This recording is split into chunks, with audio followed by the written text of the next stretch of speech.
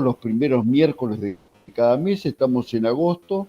El primer miércoles de septiembre, que es el septiembre, 6 de septiembre, vamos a desarrollar nuestra actividad más importante, que es cada 2 años, que es el Congreso Internacional de Periodismo Médico y Temas de Salud. Este año el tema es la comunicación de salud desde ángulos totalmente diferentes.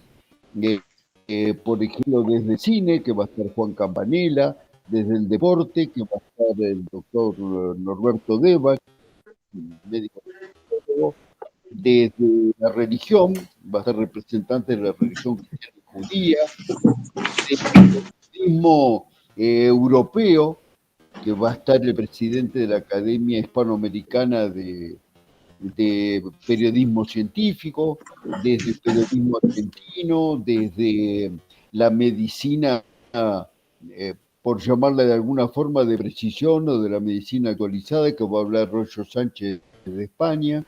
Así que los invitamos, el sistema va a ser híbrido, es decir, que va a ser presencial y va a ser también a distancia, así que nos pueden acompañar. Lo presencial va a ser en la Asociación Médica, Santa Fe 1179, y la dirección para participar en forma virtual ya la vamos a pasar a través de las redes o en nuestra página web. Y los invitamos a asistir. Vamos a entregar también un premio especial que se entrega a las principales notas preparadas en prensa escrita, radio, televisión y redes sociales que se ha incorporado. Periodismo digital y prensa escrita van juntos. Así que están invitados a participar. La entrada va a ser libre y gratuita y es nuestro evento más importante, vuelvo a repetir, el día miércoles 6 de septiembre, y eso va a ser desde las 4 de la tarde hasta las 9 de la noche. Siguiendo la actividad, en el mes de octubre vamos a tratar un tema que tampoco lo tratamos nunca, que es cómo los medios desarrollan el tema del suicidio. Y esto viene a colación porque hace muy poco se difundieron en redes sociales la temática de una forma que en lugar de desalentar es como que fuera un aliento al suicidio la forma como se cuenta. Entonces vamos a tener a Valeria Román, ahora de Infobae, y vamos a tener al psicólogo Loria, que van a tratar de enfocar este aspecto de cómo es la correcta difusión. Esto estamos hablando del mes de octubre.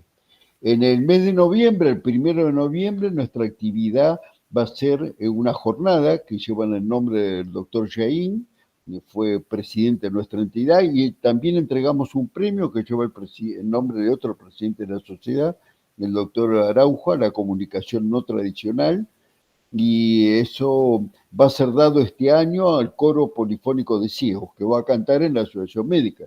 Eso va a ser presencial y están todos invitados a participar, porque es una forma de difundir una discapacidad, cómo se supera, ¿no? En este caso a través del canto, y nos pareció que era una forma de mostrar una comunicación de salud de una forma no tradicional. El 22 de noviembre vamos a tener un evento más que especial. El doctor Jorge Trainini, un destacadísimo cardiocirujano, ha hecho algunos descubrimientos sobre corazón que ya hizo la presentación preliminar en la AMA, la había hecho en otras partes del mundo, pero en este momento es la presentación definitiva y la va a hacer a través de la Sociedad de Periodismo Médico el 24 de noviembre en la Asociación Médica Argentina a las 19 horas, con participación de gente de Inglaterra y España que colaboraron en el trabajo. Así que para nosotros es un honor que se difunda a través de la Sociedad de Periodismo Médico al mundo este descubrimiento que probablemente va a cambiar muchas cosas de las terapéuticas cardiológicas. Bueno, hasta ahí la presentación de los temas que tenemos preparados de acá a fin de año. Seguimos con nuestras emisiones radiales. El doctor Guillermo Mosquino es el conductor del programa, hoy nos está acompañando. así que en un ratito tiene que partir para la radio. Es todos los miércoles de 21 a 22, en Radio ON, así que ahí nos pueden escuchar. Es una de las actividades. Y también en conmemoración de los 30 años, el segundo lunes de cada mes, a las 18 horas, tenemos un concierto hecho por Verarte Musical, ¿bien? En un convenio que hicimos con ellos. Así que son todas las actividades que tenemos conmemorativas de los 30 años de la Sociedad de Periodismo Médico. Bueno, vamos a entrar al tema de hoy. No sé si pudo solucionar lo de la cámara, Andrea, no sé si estás conectada. Bueno, estoy conectada con el celular. El problema es que no tengo la presentación Leo, en el celular, porque la computadora hace esto, o sea, claro. se reinicia y va a tardar todo el tiempo del mundo en reiniciarse. Pero Bueno, bueno, bueno, podemos empezar mientras se termina de bueno, actualizar lo que tenga que bárbaro. hacer y yo Y yo empiezo. Bueno, estoy, y yo el, estoy con el celular, con la computadora, no me pude unir. bueno, Meet tiene sus bemoles, por eso yo siempre sugiero Zoom, pero tenemos estas cuestiones. Así que para no demorar, cuando usted guste, doctor, empezamos. bueno. Entonces vamos a iniciar el tema de hoy, que es la integración de la inteligencia artificial a la comunicación de salud. Tenemos para eso invitada a Andrea Actis, que es bioquímica y farmacéutica de la Universidad de Buenos Aires, doctora y docente de grado, también en el posgrado de la UBA, docente de grado y posgrado de la UF, diplomada en bioética, maestranda en ciberdefensa y ciberseguridad, codirectora del curso de inteligencia artificial de la AMA, hace 2 años que venimos dictándolo con Andrea, o dictándolo Andrea más bien, y secretaria del Comité de Biociberética de la AMA.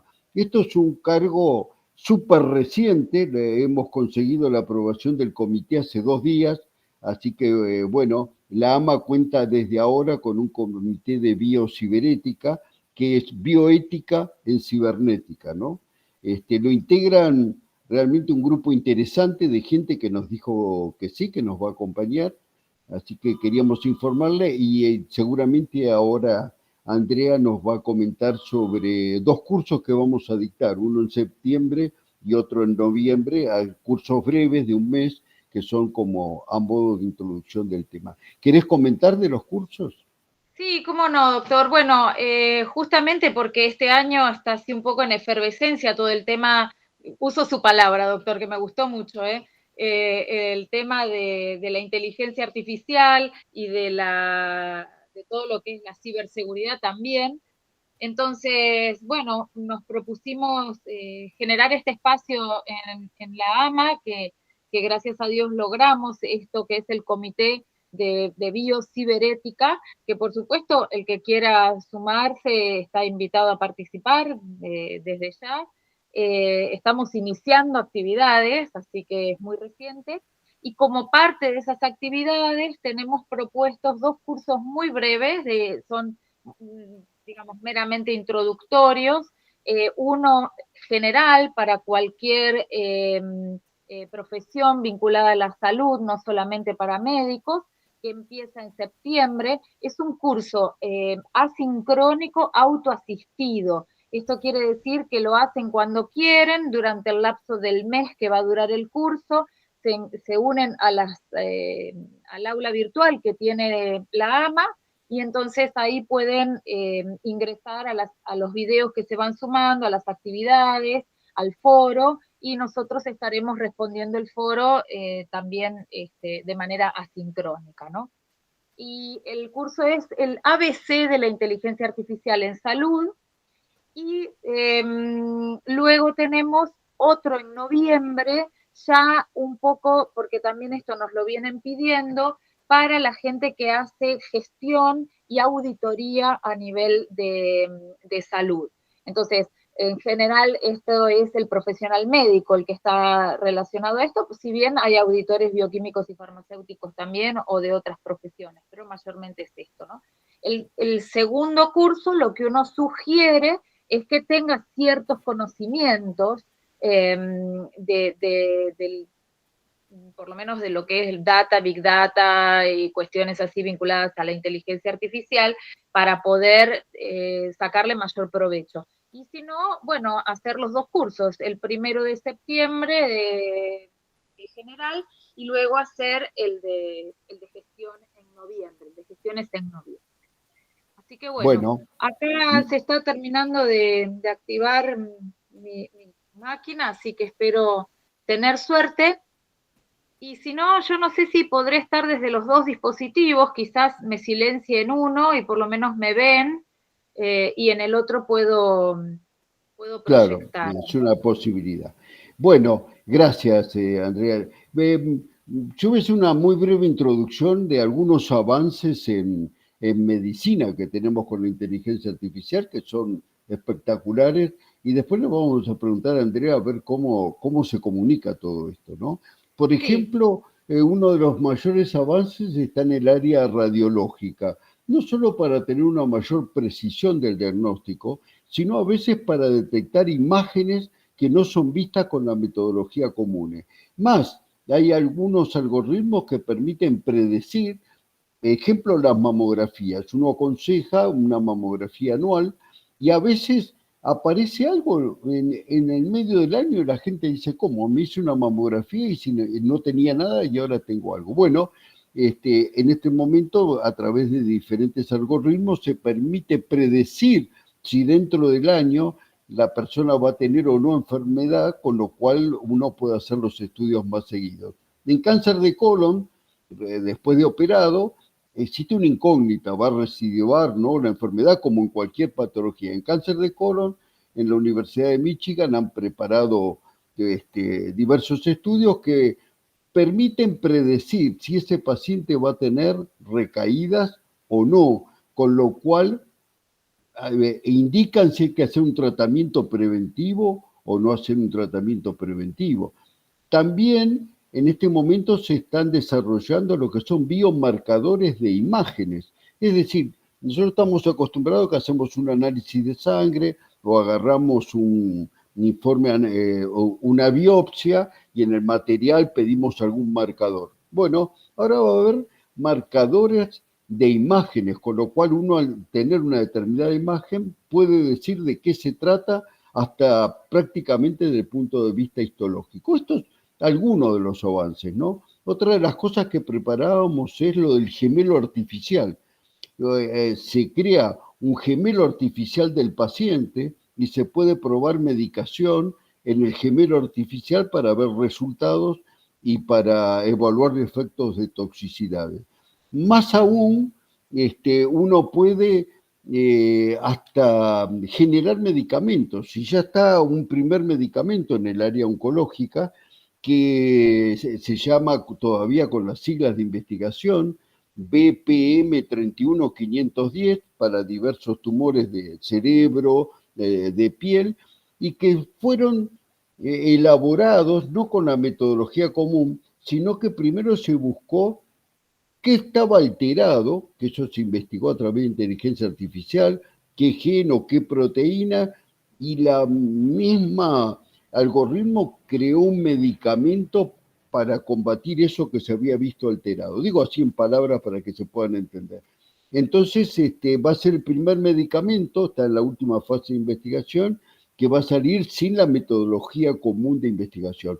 Un montón de novedades. Entonces, las primeras dos preguntas que están asociadas es, primero, ¿cómo se comunican todas estas novedades? Porque se pueden contar de una manera que parecen fantasía o originar temor o peligro. ¿Cómo se comunican? Y a su vez, ¿cómo la inteligencia artificial incorporada en la comunicación facilita? Y la segunda, que ya se la hago ahora para no interrumpirla, es en la relación personal médico-paciente, ¿no? ¿Cómo se comunica? ¿Cómo es la relación médico-paciente y la comunicación? Porque parecería que todos estos avances son fabulosos, pero interfieren porque ya no haría falta ni interrogar al paciente, digo teóricamente, ni revisarlo, porque uno miraría la máquina, tendría el resultado, y entonces esa alteración, esa unión médico-paciente, esa atención humanizada, es como que le está quedando de lado. Entonces, ¿es así? ¿No es así? Vamos primero a la parte general. Todo tuyo, André. Bien, yo estoy casi pudiendo terminar de conectarme, Bueno, pero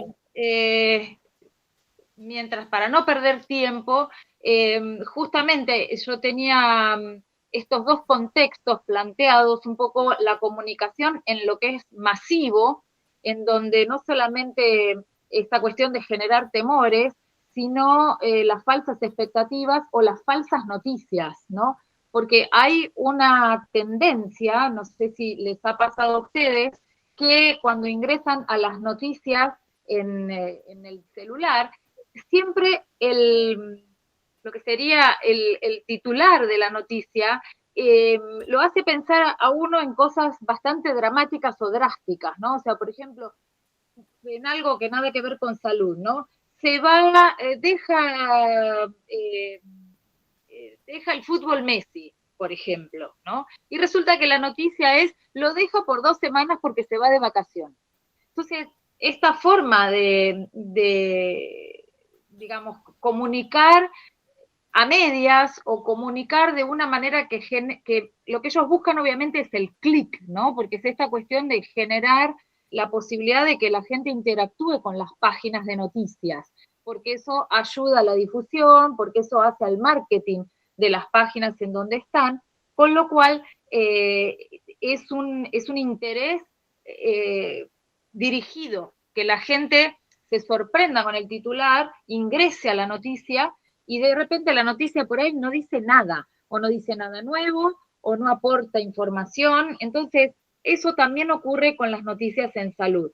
De repente se descubre un medicamento que va a terminar con todo tipo de tumor.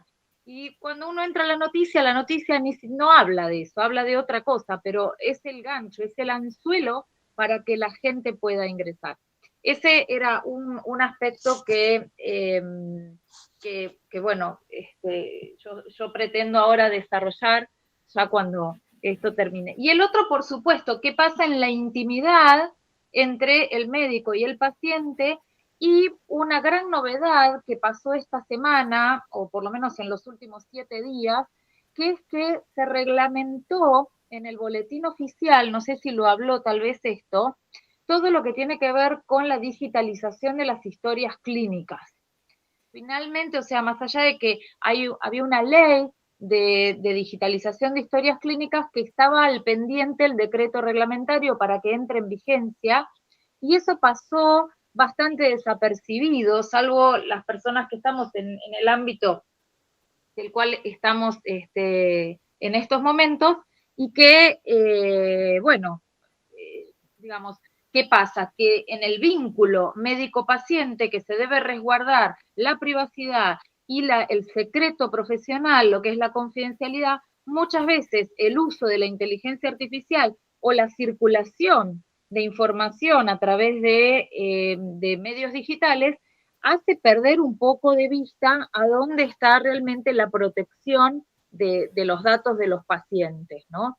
Entonces, bueno, eso también es importante. Bueno, me voy a unir desde otro dispositivo, no sé si se va a acoplar, a ver, vamos a ver qué pasa.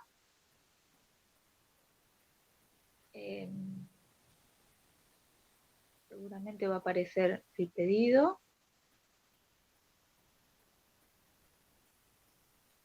Y la cámara se inició. Bien, entonces me desconecto de este.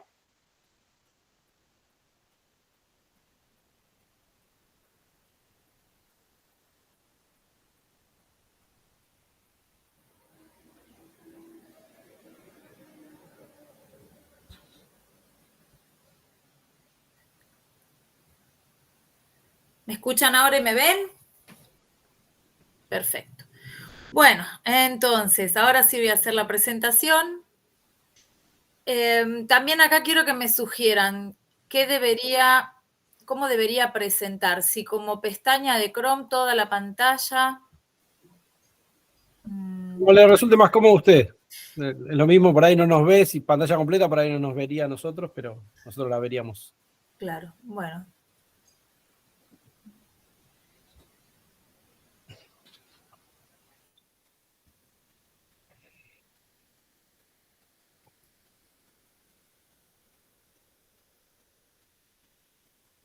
No sé si ahí se ve. No. No, todavía no. No. Toda la pantalla tiene que seleccionar, digamos, la pantalla y Sí. compartir en celeste le tiene que salir y ahí lo compartiría.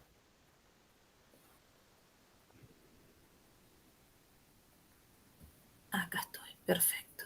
Ahí va, ahora sí, ¿no? Sí, ahí está cargando. Sí, Bien. ahí está. Perfecto, bueno, por fin. Bueno, entonces yo quería empezar con esto que es tan básico, que es cuáles son los elementos en la acción de comunicar, ¿no?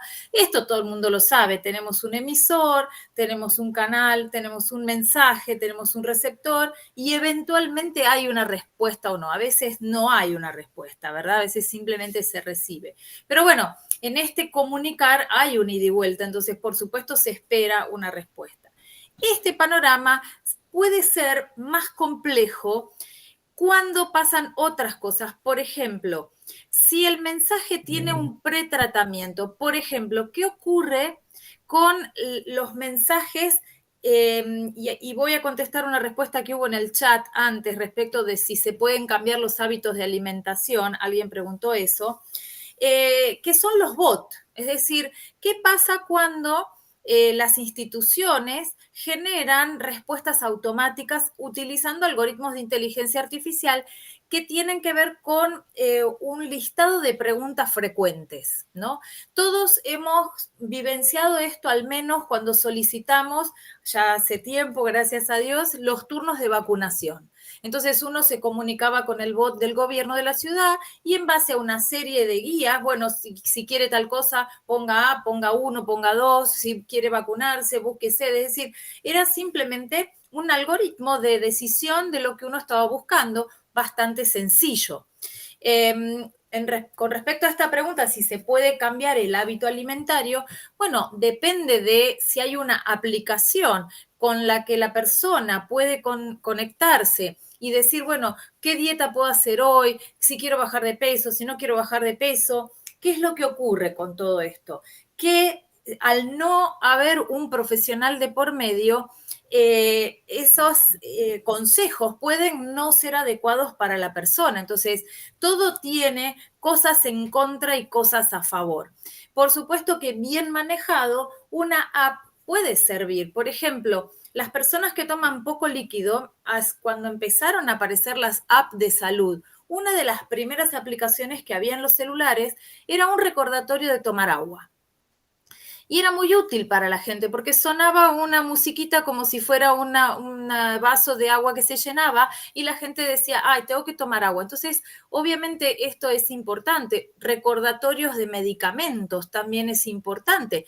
Pero el tema, claro, tiene que ver con varios aspectos, que es cuál es la capacitación y la habilidad que tiene la persona en comunicarse a través de otros medios. Por eso acá esto ven que es bastante complejo. ¿Qué ocurre si el bot solamente contestara con emoticones? Entonces, ¿qué pasa si contesta diciendo el like para arriba, la carita feliz? ¿Cuántas veces a uno le hacen puntuar la satisfacción del cliente con las caritas? ¿No? Entonces, ahí estamos usando otro código, no estamos diciendo me fue bien, sonreímos o sonreímos mucho si el emoticón aparece súper feliz, entonces estoy deleitado con lo que estoy puntuando, o pongo la carita de enojado. Esto también complejiza si la gente entiende o no entiende qué significa ese código, cuál es el contenido en ese emoticón, ¿no?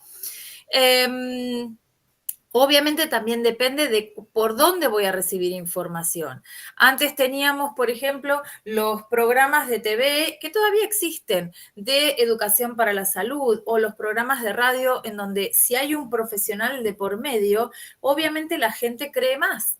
Pero el tema pasa porque las generaciones modernas están tan acostumbradas, son tan nativos digitales que confían mucho en las aplicaciones y son muy, digamos, habilidosos en el manejo de estas aplicaciones. Entonces, su cuidado de salud probablemente sea diferente de lo que es el cuidado de salud de una persona mayor, ¿no? Acá por ahí no se llega a ver, pero habla un poco de que el emisor y el receptor tienen que tener habilidades de comunicación que sean similares si quieren entenderse, ¿no? Porque si el emisor es un bot y el receptor es una persona adulta mayor, va a haber, se complica, ¿no? También pasa por qué conocimiento tengo, con qué entrené al bot, ¿no? Y con qué conocimiento tiene el receptor de esa información. Entonces, claramente en este ecosistema digital la comunicación se ve complejizada. Y como les mencionaba antes, voy a tomar dos escenarios por el tiempo que tenemos. Uno es la comunicación a público masivo y otra es la comunicación en el ámbito del acto médico en la privacidad con el paciente. La pregunta es si la incorporación de la inteligencia artificial ayuda o no en estos contextos. Que esto que yo les decía, todo tiene cosas buenas y cosas no tan buenas. Simplemente para la platea que está presente hoy, que agradezco la paciencia después de todo esto que pasó, nosotros vamos a decir que la inteligencia artificial es la habilidad que tiene una computadora o un software, si se quiere, un sistema computarizado, de producir una solución o generar comportamientos inteligentes basado en el procesamiento previo de grandes cantidades de datos. Para que lo entiendan por ahí un poquito mejor, es como esto. Siempre en las páginas web existía una solapita que decía preguntas frecuentes. Bueno, esas preguntas frecuentes se manejan ahora de manera distinta como algoritmo y es lo que se traslada a el diálogo que uno puede tener con un perrito, con un robotito, con una gotita de agua, con algo que hace de contacto, de nexo, de bot, de mini robot para conversar con la persona. Obviamente, si ustedes entran a una página que tiene que ver con salud y le preguntan a cuánto cotiza el dólar, no es una pregunta frecuente de salud. Entonces, probablemente el bot diga, no entiendo lo que está preguntando, hasta que puede estar seteado 2 o 3 veces que si no entiendo, dice, bueno, llame a tal teléfono, mande un mail y nos contactaremos con usted, porque no está la pregunta que uno hace dentro de esas preguntas frecuentes. En ese contexto, entonces, cuando hablamos de inteligencia, ¿uno a qué hace referencia? A veces es difícil definir qué significa inteligencia, ¿no? Entonces, en este caso nosotros decimos que es la habilidad de aprender, de razonar, de resolver nuevos problemas utilizando algún tipo de lenguaje y una percepción determinada. John McCarthy, que es como un poco el padre de la inteligencia artificial, dice que la inteligencia artificial es la ciencia y la ingeniería para fabricar máquinas inteligentes, especialmente programas, o sea, lo que nosotros llamamos software o apps inteligentes. En otros profesionales dicen que es una subdisciplina de la informática que se ocupa de la comprensión de la inteligencia y del diseño de máquinas inteligentes. Es decir, máquinas que presentan características asociadas con el entendimiento humano, como puede ser, entre comillas, razonar, comprender el lenguaje hablado, que eso es posible hoy en día, todo lo que se llaman lenguajes... no me sale la palabra, digamos, de lenguaje natural. Lenguaje natural, muchas gracias. Tanto hablado como escrito. Hace un tiempo aparecían algunas ofertas laborales para grabar mensajes con voz, porque lo que se pretende es que cuando uno le habla a Google y le pregunta algo, que entienda la tonada. No es lo mismo el español de España que el español de México, que el español de Colombia, que el de Chile o el de Argentina. Entonces, para que cualquier persona que hable con la tonada que hable, se entienda y le conteste, necesita estar entrenado con la misma frase dicha por distintas nacionalidades. Y se contrató gente, Google contrató gente de distintas nacionalidades que lean, que lean para poder incorporar las tonadas de los distintos países, a pesar de que es el mismo idioma. Entonces, un poco para calmar las aguas, cuando uno dice, bueno, pero entonces quiere decir, ¿no? La pregunta de estos momentos es la inteligencia artificial y sobre todo el famoso ChatGPT, que tanto se habla, o la inteligencia artificial generativa, si va a reemplazar el humano completamente o si va a reemplazar profesiones absolutamente. Y la realidad es que por el momento la respuesta es que no, porque nosotros ahora estamos en un momento en donde la inteligencia artificial está en una etapa llamada débil. ¿Qué significa? Significa que cada máquina que se programa para hacer algo solamente emula o imita una o dos habilidades humanas al mismo tiempo. Por ejemplo, vieron que están estos perros que caminan y que llevan una camarita. Bueno, digamos, ese robot solamente puede caminar y visualizar algo que va a impactar en otro lado. O sea, un humano va a estar tomando una decisión detrás de una cámara dentro de lo que está. O la tomó previamente y ya está seteado. Bueno, si veo tal cosa, emitir una alarma, ¿no? Por ejemplo, si estos perritos fueran, por ejemplo, perritos guardianes. Y siempre digo lo mismo, si uno tiene un software para jugar al ajedrez, probablemente sepa jugar al ajedrez muy bien y gane. Uno no encuentra la forma de ganar, pero si uno le pide a ese software que le haga un rico café con leche, no se lo va a hacer, porque no sabe. No está programado para eso. De la misma manera, hay máquinas programadas para hacer café con leche, con dibujito y todo, que si uno pretende jugar al ajedrez con esa máquina, no sabe. Sin embargo, el ser humano, si sabe hacer las dos cosas, puede hacer las dos cosas y puede hacer muchas cosas más, ¿no? Puede lavarse los dientes, puede atarse los cordones, puede ponerse un pantalón, puede leer, puede tocar para que pueda hacer todas esas cosas, significa programar una máquina que tenga forma de humanoide y que pueda hacer todo lo que nosotros hacemos. Cuando se llegue a eso, es cuando se habla de la etapa de la singularidad, que de momento es hipotética. Es decir, la singularidad implica que también las máquinas pudieran manejar emociones. Entonces, hay etapas. Ven que dice inteligencia artificial débil, la fuerte sería que maneje varias habilidades, la general es que pueda hacer todo lo que hace el ser humano pero sin tener emociones, y la singularidad es sumarle las emociones, ¿no?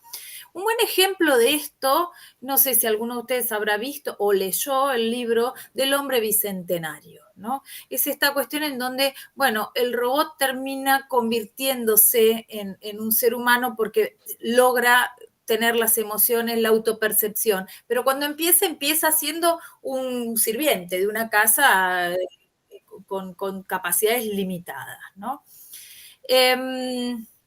Esto es un poco más de lo mismo.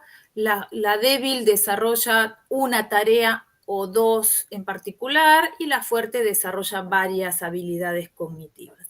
Pero quiero ir a esto que me parece interesante porque marca un poco la evolución que hemos tenido en cuanto a las distintas revoluciones que sufrió el ser humano y que siempre que aparece algo disruptivo, uno dice me voy a quedar sin trabajo, ¿no? Entonces esto, fíjense que arranca desde la mecanización y en la época de la revolución industrial, si se quiere, pensar que, bueno, todo lo que el hombre hacía de manera mecánica se pudo resolver con las máquinas.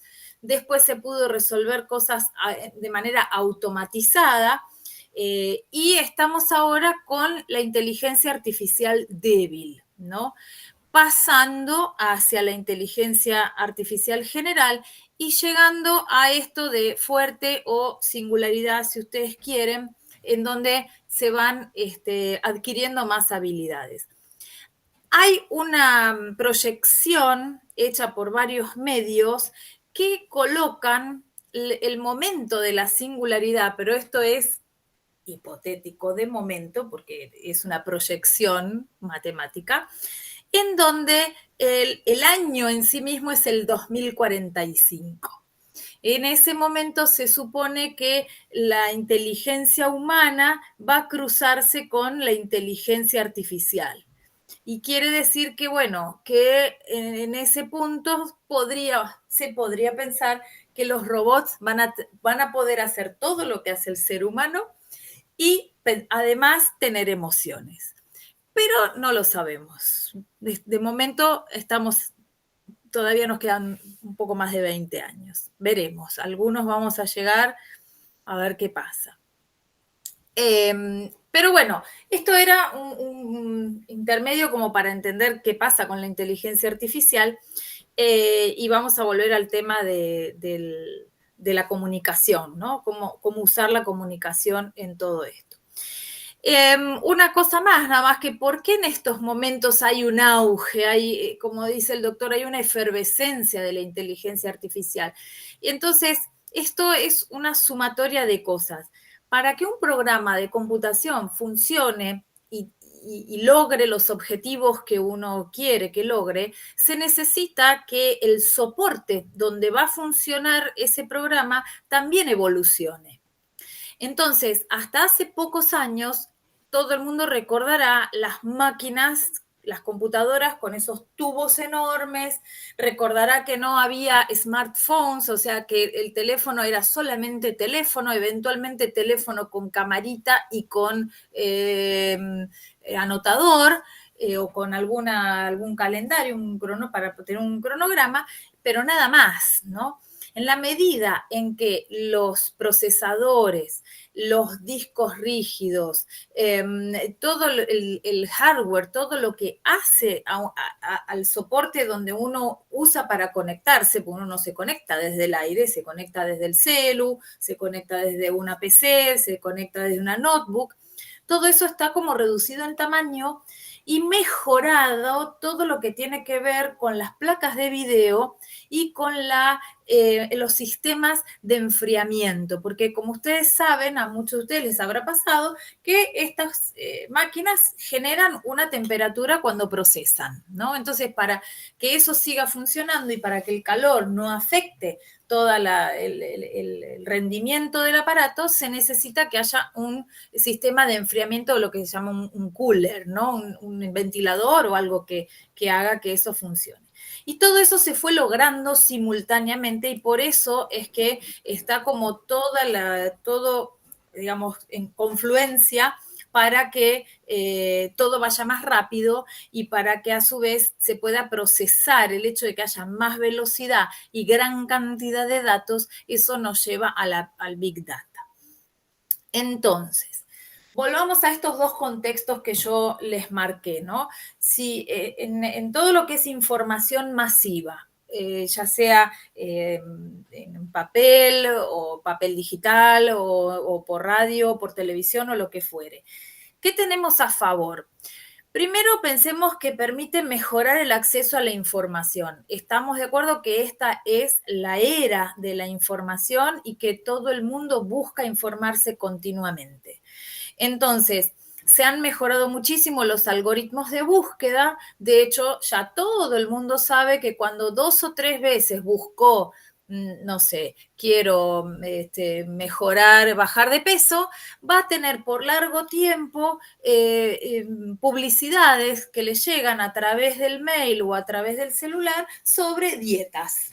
¿Por qué es eso? Porque uno puso eso en el buscador o porque uno habló de eso, ¿no? Ese es otro tema. Esto de que los celulares se escuchan también es verdad.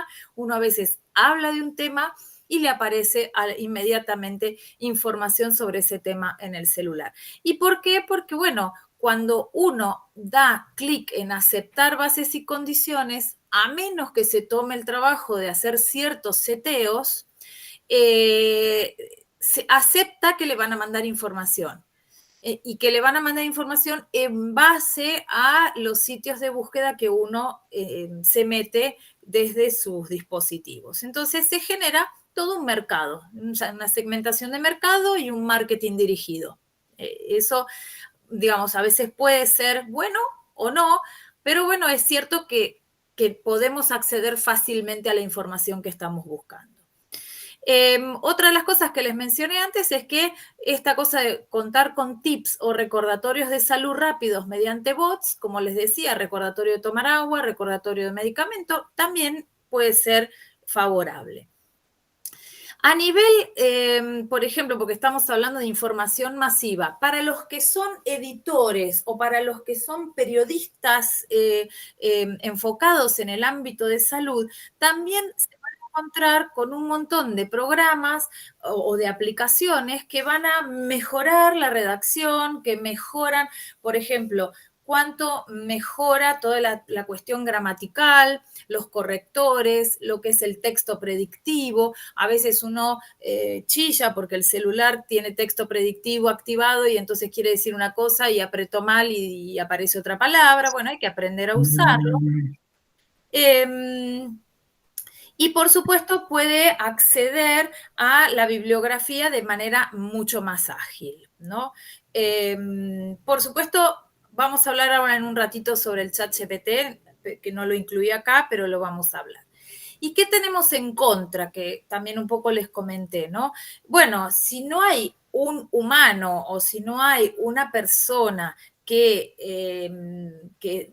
digamos, actúe a la manera de curador, si se quiere, de control de lo que se está informando o de lo que se está publicando, puede haber difusión a gran escala de fake news, cosa que pasó mucho durante la pandemia y que, por supuesto, en algunos casos puede generar situaciones de ansiedad o de pánico, que sería algo grave, ¿no? Por supuesto, también lo que ocurre es que las mismas personas en algunos sitios pueden generar su propia noticia, ¿no? Entonces, y a su vez la consume. Entonces aparece este nuevo término de prosumidor que digamos, viene de combinar dos palabras, produce información y consume información. Entonces, en ese sentido podría generarse como círculos viciosos en donde solamente creen aquello que publican, ¿no? Y no ven otra realidad más la que ellos están manifestando.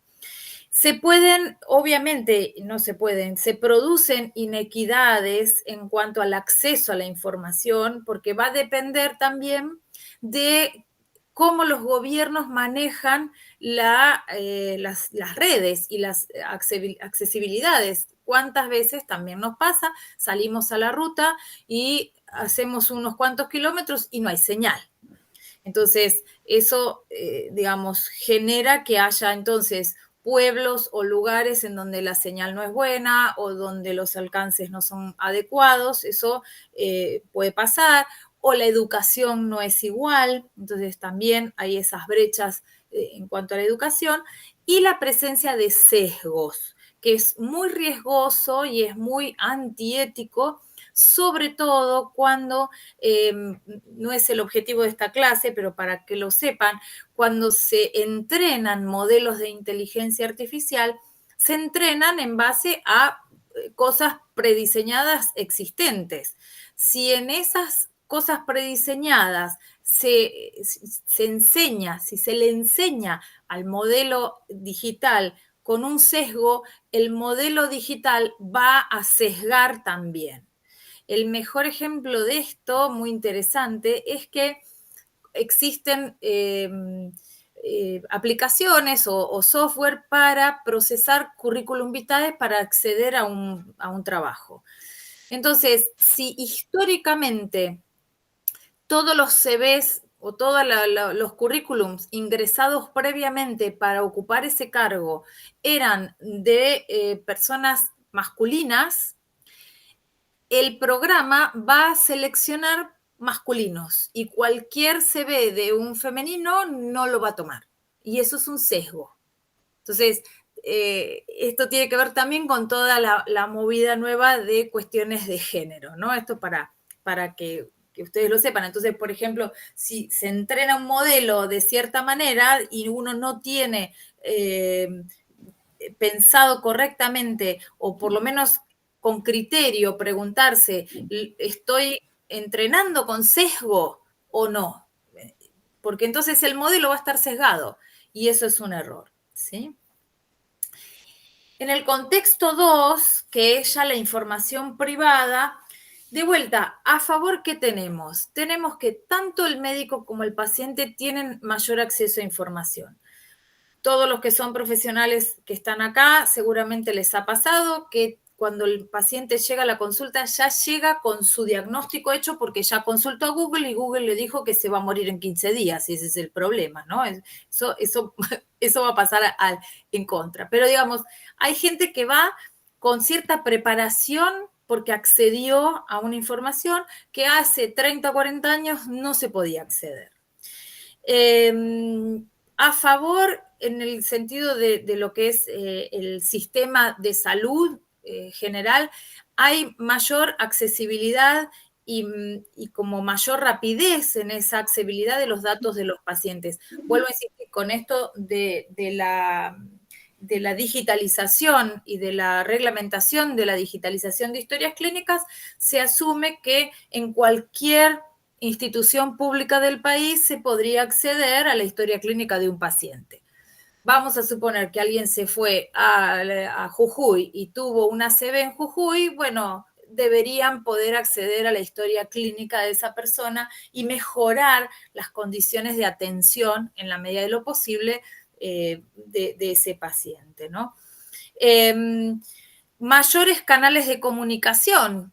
También suele pasar que si el médico tiene ganas de entregar sus redes sociales a los pacientes, ya sea WhatsApp o LinkedIn o redes sociales no tan informales como Facebook, que podría pasar también, pero entregar un mail es entregar un canal de comunicación directo, ¿no? Entonces, a veces es bueno, a veces es malo, esto en ese sentido también. Y se supone que si el médico tiene resueltas una cantidad de cosas porque accede rápido a los resultados, accede rápido a la información, debería entonces ese tiempo que ganó dedicarlo al contacto con el paciente. Cosa que debería ser algo a favor y que quizás, por lo menos en nuestro entorno, eso no sé si ocurre exactamente así. ¿Qué ocurre en contra? En contra hay cuestiones muy críticas como cómo se controla la seguridad de los datos sensibles que circulan por Internet. No sé si se enteraron de que hoy se informó que el PAMI fue hackeado. Eso pasó hoy, o sea, ¿qué pasa? ¿Qué significa que fue hackeado? Significa que hay alguien externo que tiene acceso a todos los datos. Se puede propender a la deshumanización de la medicina, es decir, médicos que digan, bueno, que le conteste el bot, o bueno, que respuesta automática. Y por supuesto también va a haber inequidades de distinta índole en el sentido de que depende el conocimiento que tenga tanto el médico como el paciente de la información, de cómo acceder, de cómo manejar las redes, va a haber distintas ventajas en el uso, ¿no? De esto, sobre todo para comunicarse y para comunicar tanto sea un resultado puntual como un diagnóstico o un tratamiento o un pronóstico de esto. Bueno, lo último que pasó este año que hizo eclosión en marzo, que es lo que se llama inteligencia artificial generativa, que, digamos, se dio a conocer el caso por el ChatGPT, pero, digamos, no es el único formato que lo que hace es estar entrenado en estos que son los modelos de lenguaje natural. Es decir, se le cargó a un software formas gramaticales y una información importante. Es como si le hubieran cargado todos los libros de todas las bibliotecas del mundo en todos los idiomas posibles, y entonces cuando uno le pregunta algo, responde rápidamente para dar respuesta. Tiene errores porque todavía está en fase de desarrollo, todavía está en fase de entrenamiento. En la medida que esto se usa con el público masivo, también se sigue retroalimentando, porque hay veces que, bueno, no sé si alguien accedió al ChatGPT, pero cuando le da la respuesta, hay opción de likear o no la respuesta, y eso es un feedback al programa. Si uno acepta o le dice gracias, me sirvió, o contesta porque entiende que está conversando con alguien, eso avala que la respuesta que dio es buena. Entonces, otra persona que pregunte más o menos lo mismo va a ir por ese canal como mucho más rápido también, ¿no? Sin embargo, ¿qué pasa en el contexto 1, el uso del ChatGPT? ¿Podría un periodista, como ha pasado, ¿no? Porque las primeras cosas que se dijeron fue que había alumnos que prepararon tesis usando el ChatGPT y que obviamente eso era algo antiético. Pero digamos, ¿podría un periodista decir, prepárame una nota sobre tal tema? La cuestión es que más allá de que la prepare y que le conteste, hay que leerla y ver si es coherente, porque vuelvo a insistir, no es perfecta. Entonces, se requiere todavía un ojo criterioso que controle lo que se genere. Quizás sirva, y quizás sirva para, bueno, que sea más rápido, para tener mejor redacción, para tomar ideas, para encontrar argumentos que por ahí en el agotamiento del cotidiano no los encuentran, pero todavía el ser humano es necesario detrás de todo esto, ¿no? Ya que la inteligencia artificial, como dice ahí, es incapaz de rechazar información falsa, o entender prioridades, o ser capaz de tomar elecciones aleatorias, es decir, a mí me ha pasado de contrastar contra el ChatGPT y que la respuesta no sea lo que uno busca. Y que por ahí, si uno quiere jugar y meterse y decirle, pero te olvidaste tal cosa, ah, cierto, me olvidé de esto, disculpa, vamos a hacer de vuelta esto. Es decir, es un ida y vuelta, y este ida y vuelta implica un entrenamiento, que uno está contribuyendo a seguir entrenando estos modelos. Y una de las cosas, ¿no?, es esto, que el ser humano tiene esta capacidad analítica de trabajar la información de manera heurística, de manera de esto, ¿no?, de dar prioridad, de discriminar, de ordenar, de tener ciertas capacidades que la computadora solamente tiene la capacidad que le dice el algoritmo con el que está trabajando. Entonces, como les digo, los algoritmos son limitados, ¿no? Por eso es que todavía el ser humano tiene esta capacidad creativa para eso. Ahora, un punto importante es que estoy todavía, creo que no falta mucho, porque estoy mirando la hora. Se reclama un poco que haya más regulaciones, y es muy interesante esta pirámide propuesta por la Unión Europea, que quizás lleva la delantera en cuanto a todo lo que es leyes para el manejo de la inteligencia artificial. Y entonces se basa en los riesgos que puede ocasionar. Entonces, detrás de esta elección de riesgos, obviamente está el ser humano. Fíjense que si el riesgo es mínimo, no debería, digamos, tener restricciones, ¿no? Pero a veces, cuando existen posibilidades de que haya falsas noticias, o que haya, por ejemplo, distinto tipo de utilización de chatbot, etcétera, existen, y a todos nos ha tocado que cuando uno quiere entrar a un sitio, el sitio nos haga comprobar que no somos un robot lo que está ingresando a ese sitio, ¿no? sino que, bueno, uno puede reconocer, hay distintas formas, o reconocer un número aleatoriamente que está medio borroso, o reconocer, o sea, se hace, a su vez hay un algoritmo de reconocimiento de humano. Entonces, eso hace a la transparencia de lo que está pasando. A veces hay un poco más de riesgo cuando tienen que ver con esto que les decía, cómo se accede a un empleo, cómo se verifica. El ejemplo que ahora es mucho más frecuente su uso y quizás lo conozcan, está en Argentina la plataforma TAD, ¿no? Que son trámites a distancia, la posibilidad de tener la firma digital o de certificar que uno es quien dice ser para hacer ciertos trámites. Entonces, en estos casos hay una serie de requisitos que deben cumplirse, que evalúan, ¿no? Hay como una autoridad que evalúa que eso es correcto, porque son actividades de alto riesgo, entregar un diploma o entregar un certificado de aptitud o entregar un documento, ¿no es cierto? Entonces, eso lleva más.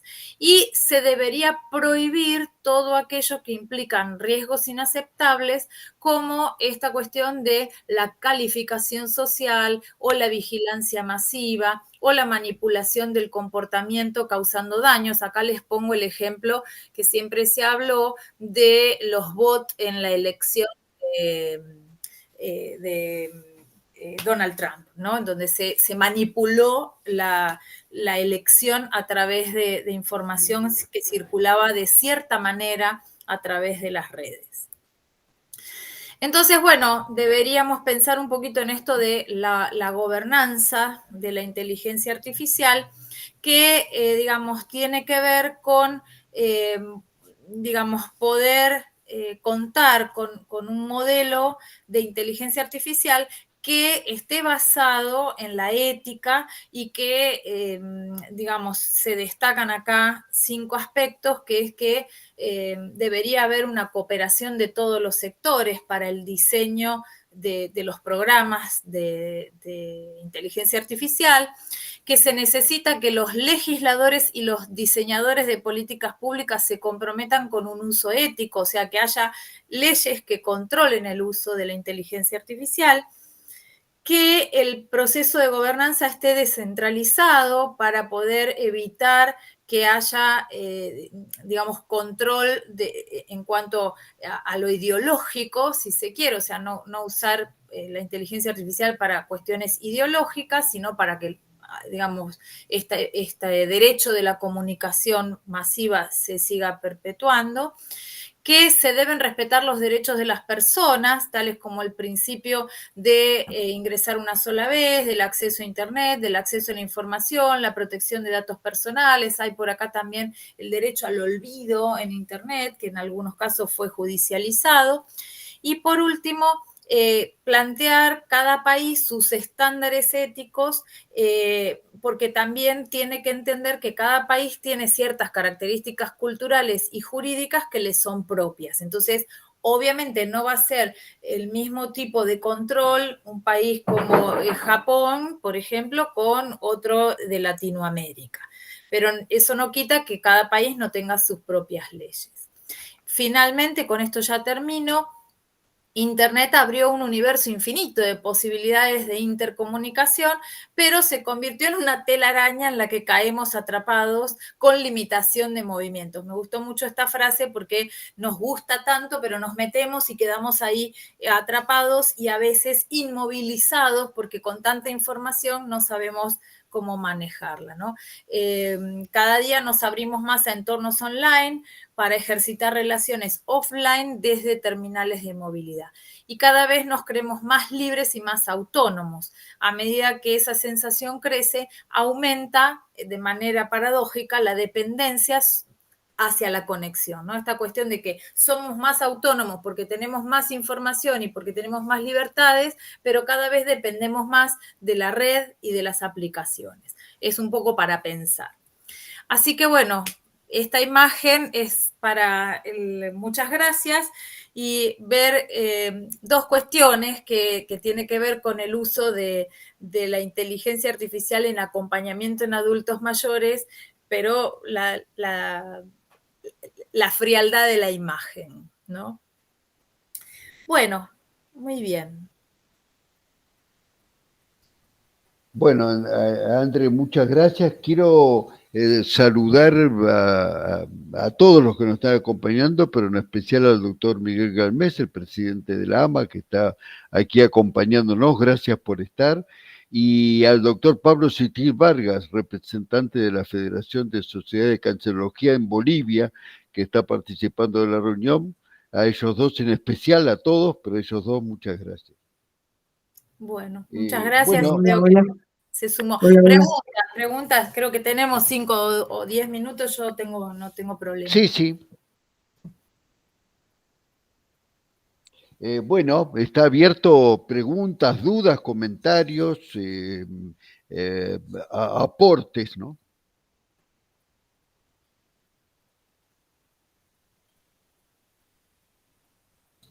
A ver, le pido al doctor Sitik Vargas desde Bolivia que nos haga algún comentario.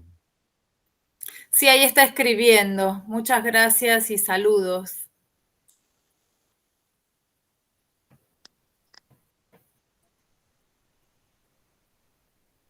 Hola, hola, ¿me escuchan, no? Sí, Ana, te escuchamos. Por fin pude arreglarlo. Gracias, querida.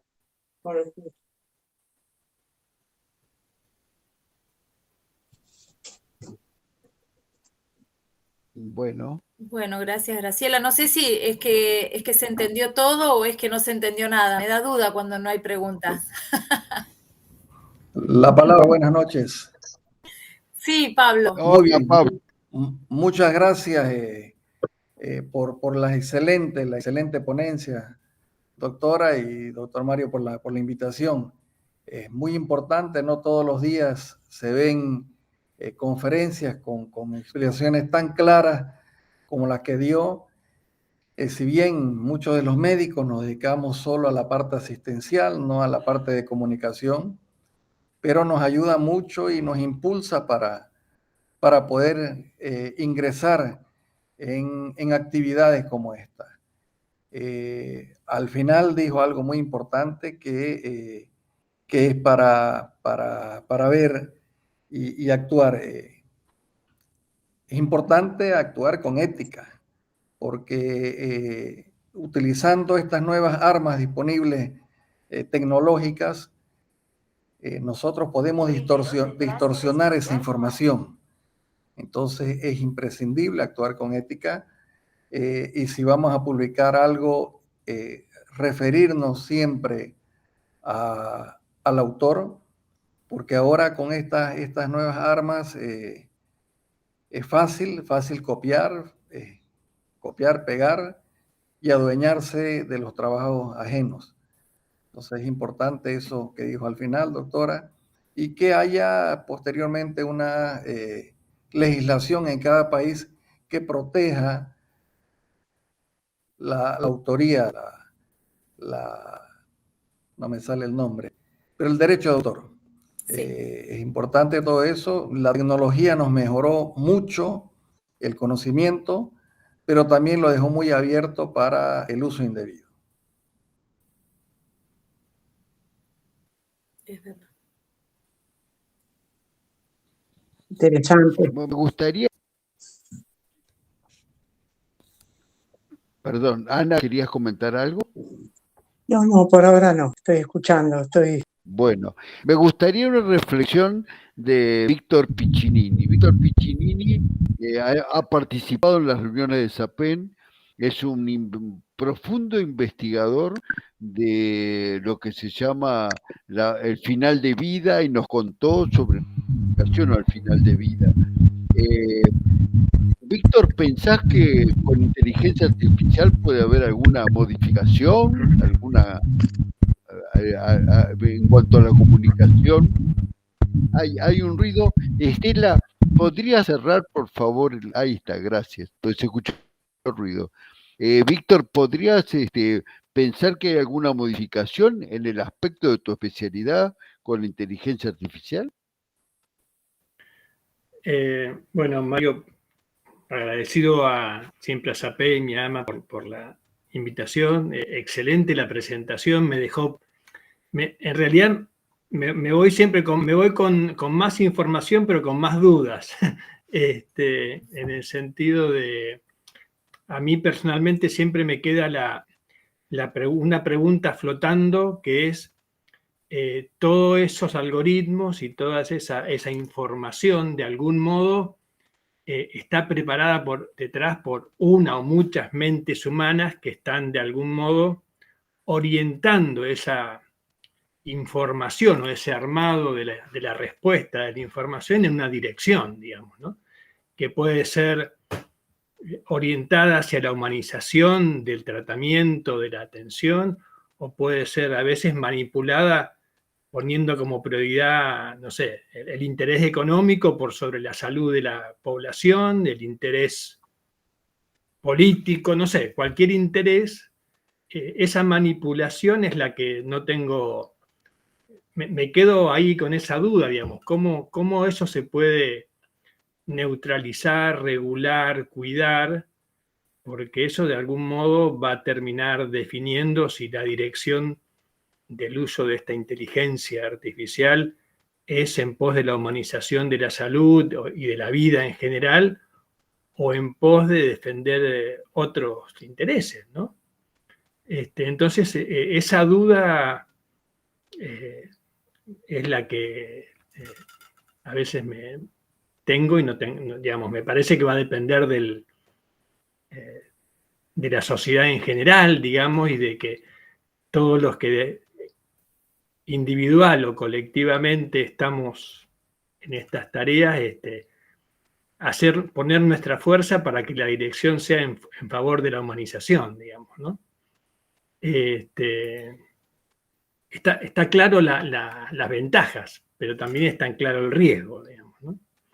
Así que, Mario, tengo esas dudas, siempre dando vuelta con lo tecnológico y con la inteligencia artificial más aún.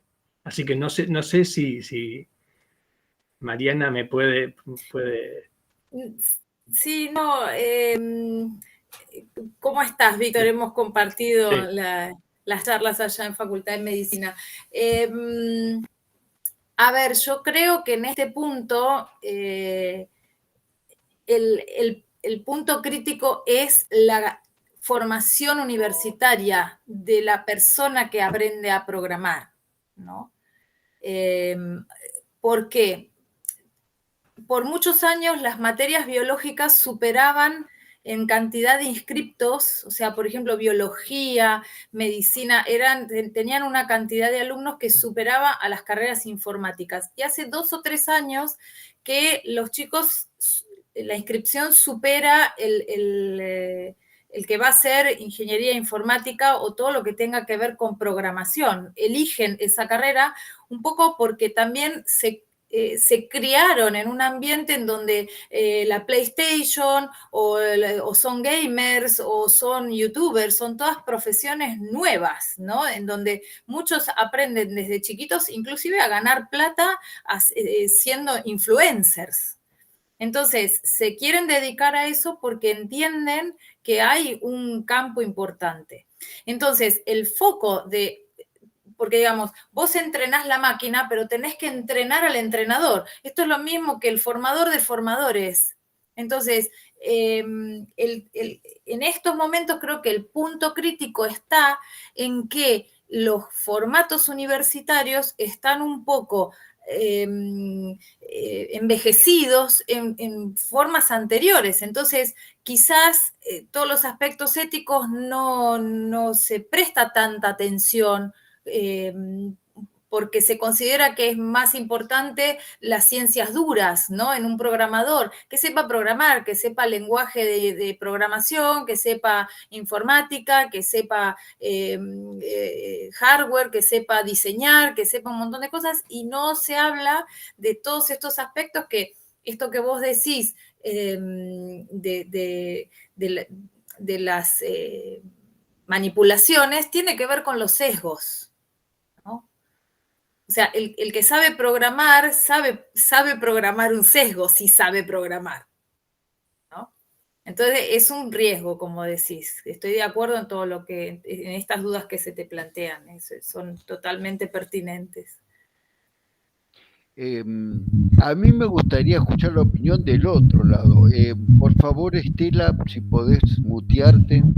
Quería hacerle una preguntita, si sí. puede, si todavía hay tiempo. Se escucha mucho ruido de tu aparato. Sí, bueno, ¿ahora se escucha? Ay, mejor. Bueno, primero decirle que me encantó escucharla y que voy a tratar de estar en otras ponencias suyas para aprender algo.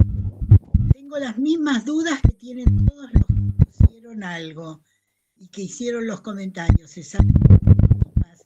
¿Podría existir un control de calidad permanente en la persona que la implementa y cómo se llevaría a cabo?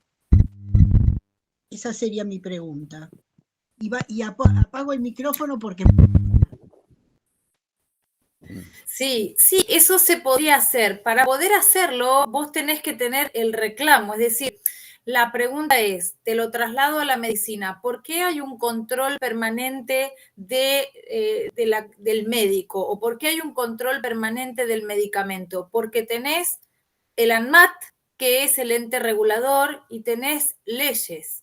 Por eso es que en estos momentos, no solamente acá en Argentina, todos los países están en ese debate legislativo, pero que a su vez, cuando vos tenés que implementar una ley, tenés que hacerlo de manera tal que no estés coartando el derecho a comunicar.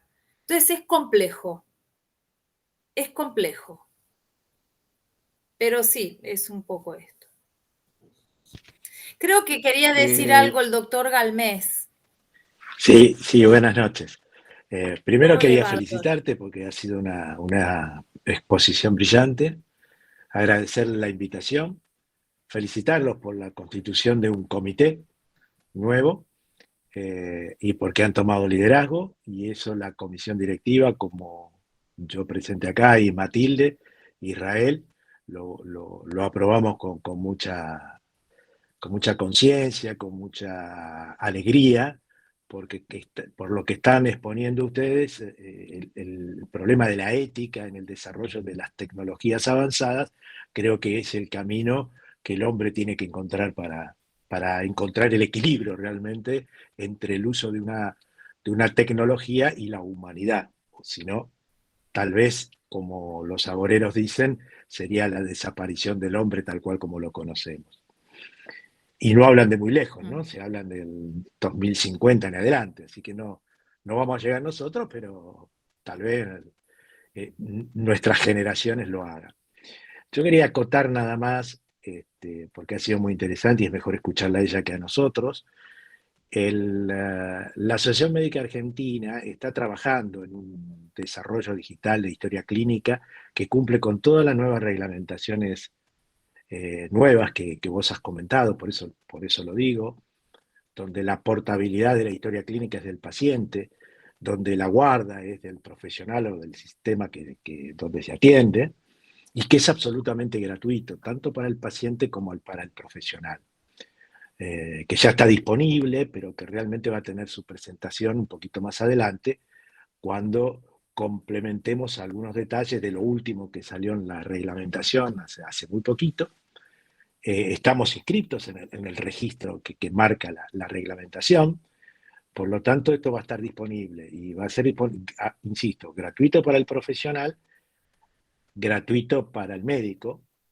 El tema es que el sistema ese informático tiene un control permanente de los informáticos para que esto funcione 7x24 y por 365 días, y tiene un costo, y obviamente no lo puede cubrir solo la asociación médica, así que la idea es que existan financiadores que permitan que de alguna manera eso se mantenga sin que el costo recaiga ni en el paciente ni en el médico.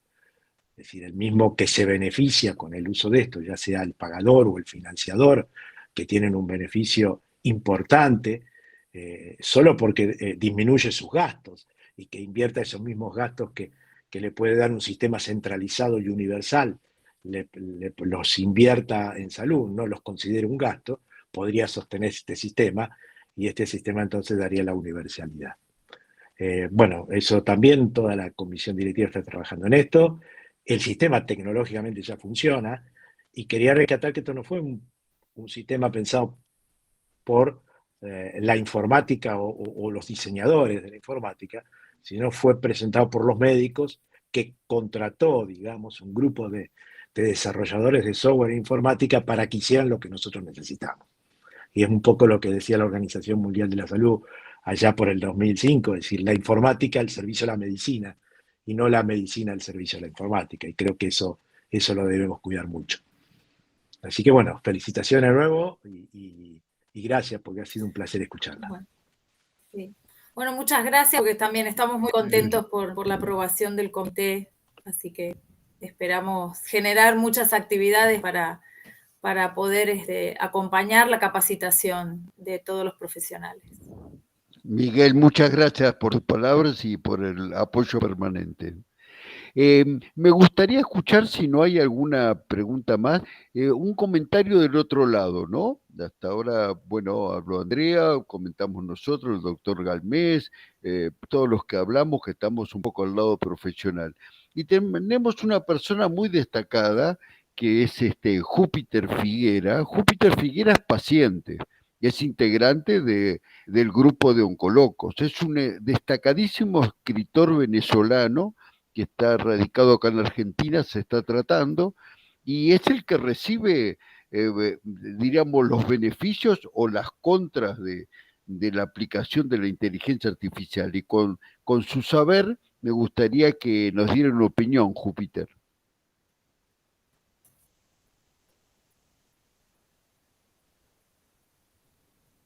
¿Me escuchan? Sí. ¿Me escuchan? Ah, ok. Perfecto. Bueno, les agradezco la invitación. Realmente la exposición inicial fue muy buena. Yo he incursionado en cierta manera como usuario a algunas aplicaciones de la inteligencia artificial en otro ámbito que no es la medicina. Claro que la medicina es un panorama bien codiciado por los programadores, ¿no? Ahora bien, yo creo que siempre está el factor humano, es decir, el factor humano, me estoy refiriendo a la persona, a la formación que tiene esa persona, a los sistemas educativos, etcétera, etcétera.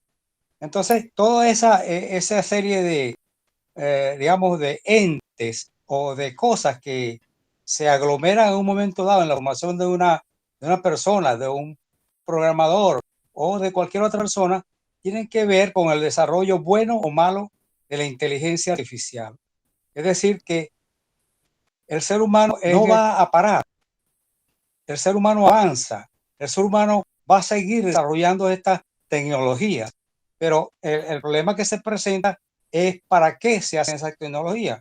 Es el mismo problema de la humanidad de siempre. ¿Para qué se hace un desarrollo de las tecnologías nucleares? ¿Para qué? Para hacer el bien o para hacer guerras. Es decir, que siempre está la política, las potencias económicas, las potencias, digamos, asociadas al gran capital, que bueno, pueden verse afectadas por el no uso de ciertas tecnologías. Nadie va a afirmar en ningún momento que la tecnología nuclear es buena o es mala. ¿Qué hacemos? Es decir, aquellos digamos, tratamientos que requieren la tecnología nuclear son buenos, pero las guerras son malas en sí, y la tecnología nuclear está presente en la guerra. Es decir, que es un tema muy grande y tiene que ver con el desarrollo y la concepción que tiene la humanidad del desarrollo. Por ejemplo, uno no puede decir que es buena la inteligencia artificial si se utiliza en cuestiones malas. Es una cuestión bastante difícil de responder a estas alturas, porque independientemente de las regulaciones, eso va a seguir adelante. Entonces, ¿cómo hacer para que el que la está produciendo la produzca en un sentido que beneficie a la humanidad y no en el sentido o comercial o el sentido de explotación o el sentido guerrero, etcétera, etcétera? Es decir, ese es un dilema bastante difícil porque la tecnología avanza. En el sector de salud, por ejemplo, los experimentos que están haciendo a nivel de biogenética, ¿verdad? De los cromosomas, de los genes. Es tremendo. Es tremendo las implicaciones éticas que eso conlleva. Y sin embargo, eso no se va a detener. Es el gran dilema en el cual está la humanidad. Si vamos hacia adelante, se van a limitar, pero ¿quién las limita? Las guerras, ¿quién las limita? El uso de las armas nucleares, ¿quién los limita? La limita únicamente el miedo a la destrucción propia. O sea, hay países que tienen energía nuclear como armas poderosas. Y esas armas sirven para destruir, pero también sirven para destruirlos a ellos.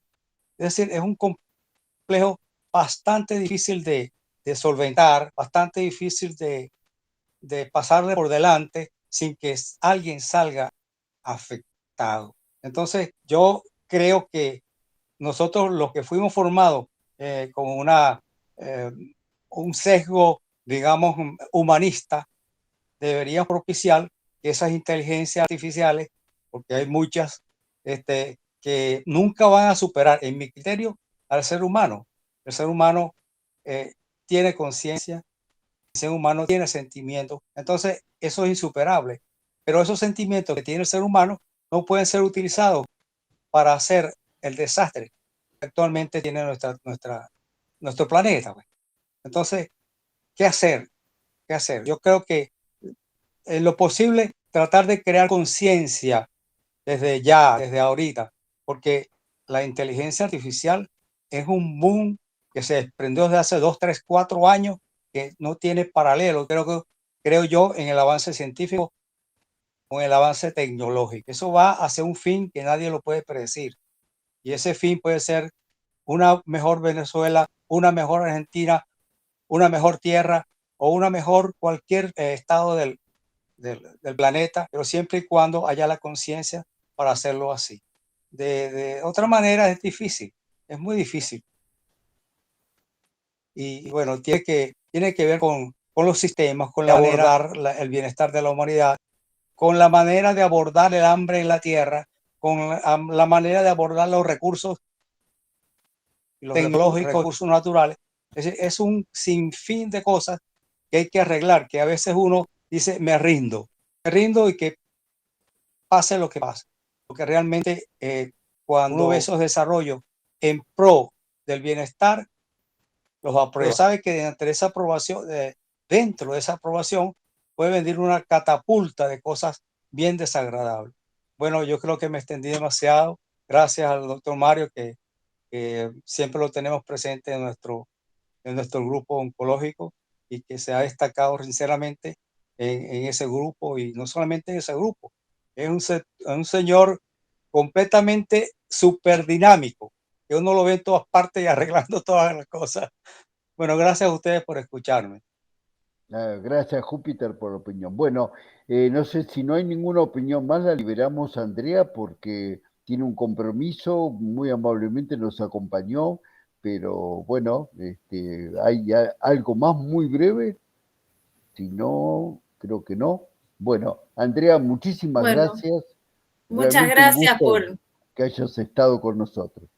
Gracias por invitarme, por escucharme, por quedarse hasta el final, y bueno, cualquier comentario le piden mi contacto al doctor Mario Bruno y acá estaré.